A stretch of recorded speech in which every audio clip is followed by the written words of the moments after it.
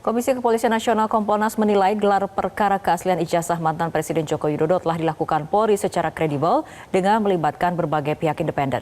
Kompolnas berharap Polri segera mengumumkan hasil gelar perkara khusus secepatnya. Bareskrim Polri telah selesai melakukan gelar perkara khusus kasus keaslian ijazah mantan Presiden Joko Widodo.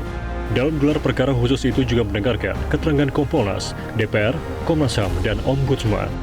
Komisioner Kompolnas Hoyrul Anam mengatakan proses gelar perkara khusus sudah berjalan baik dan kredibel.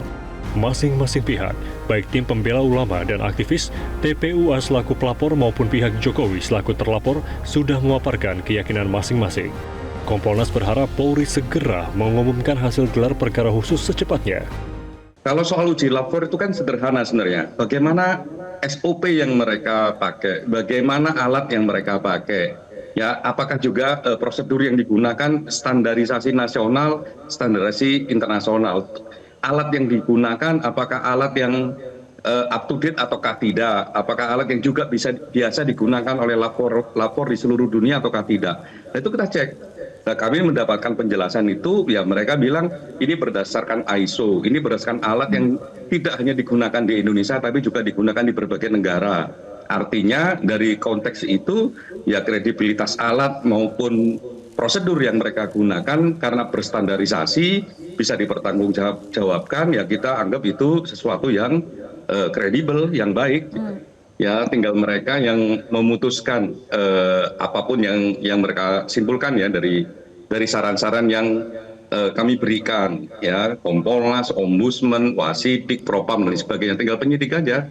Dan saya kira harusnya nggak terlalu lama, oleh karenanya semakin cepat semakin bagus. Ahli pidana juga menjelaskan pandangan hukum merespons fakta-fakta yang tertuang dalam gelar perkara khusus. Pakar hukum pidana Asep Iwan Iriawan menjelaskan pembuktian keaslian ijazah Jokowi adalah di pengadilan karena yang menentukan sah atau tidaknya adalah hakim, bukan siapapun. Jadi kalau nanti menemukan barang bukti, ya alat bukti, ya silahkan. Tapi kalau lihat pengumpulan dari alat bukti, barang bukti, ternyata tidak ada tindak pidana, ya kalau pidana itu harus sah dan meyakinkan, sah dengan alat bukti.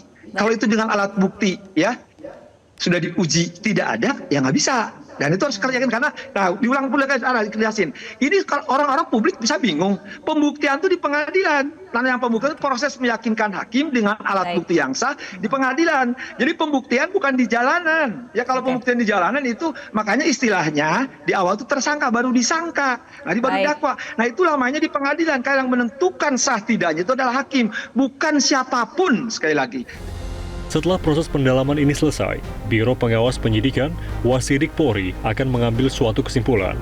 Namun hingga kini Polri belum menyebutkan kapan kesimpulan ini akan dibacakan. Tim kuasa hukum Jokowi sebelumnya berharap dengan gelar perkara khusus atas permintaan TPUA, kasus ijazah ini selesai dan tidak lagi mempertanyakan keasliannya. Tim Liputan, Metro TV. Jelajahi cara baru mendapatkan informasi. Download Metro TV Extend sekarang.